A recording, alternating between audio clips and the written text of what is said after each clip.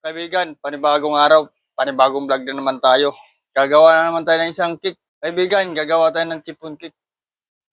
Para bago magpasko, kaibigan, kakaumpisa ko pa lang mag-vlog. Bago magpasko, makumpleto mo na yung paninda mo sa Pasko. So kaibigan, gagawin natin ngayon chipon cake.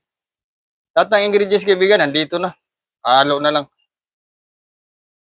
Kaibigan, ito yung chipon cake. Linira ng chipon cake. Sabi ko sa iyo, kaibigan, yung chipon cake, kaibigan, huwag mong banyahan to ng mantika.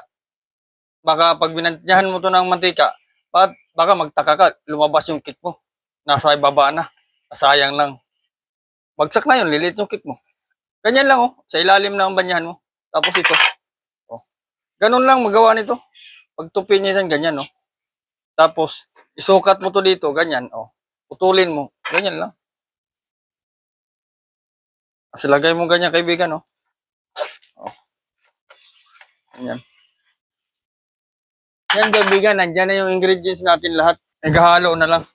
Nandito na yung itlog, royal, mantika, tsaka baking powder.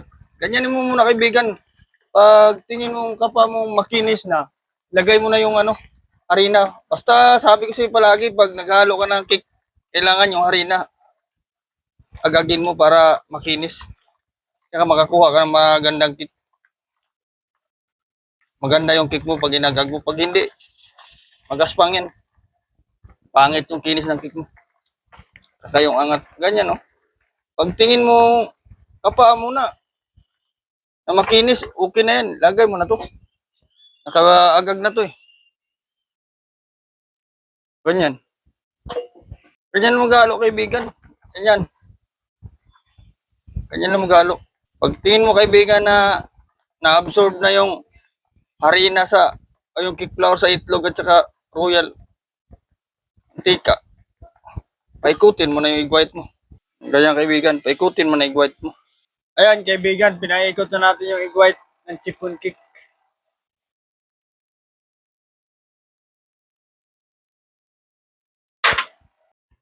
Ito na kaibigan, no? Tatanggalin na natin yung egg white sa chipon cake. Oh, kaibigan, ganyan, no? Basta sabi, uulit-ulitin ko to, tandaan mo para maano mo kung pag tingin mo na alanganin ka, patay mo, huwag ka matakot. Patay mo muna yung egg beater, tapos tingnan mo ulit ganyan. Pag hindi mo to nakuha ganito yung itsura, paikutin mo uli. Pag tingin mo medyo basa pa, pag ganyan mo na, ganyan na itsura, yan, patayin mo na. Oh, para makakuha ka ng magandang angat sa chipon.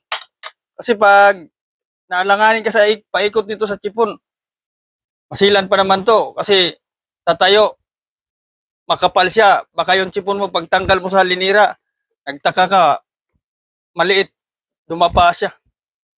Wag. Basta, ganun talaga egg white, gawin mo. Patayin mo, tapos subukan mo ganyanin, no? Oh.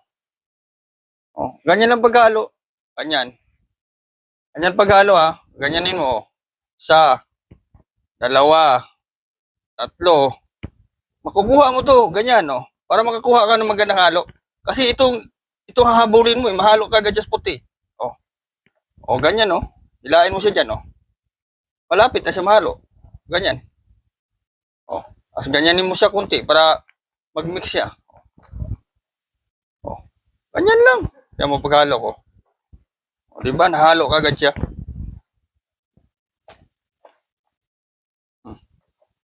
Huwag mong sobrahan paghalo kasi yung puti nito, liliit, babagsak.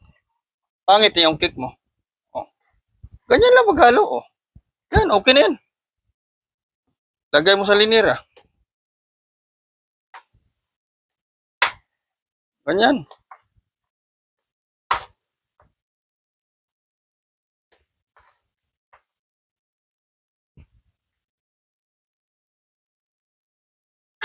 Kaibigan, pag nagawa ka ng chipon, ibagsak mo konti. Para yung kung may hangin siya sa ilalim, masiksik siya. Hindi ampaw yung chipon mo.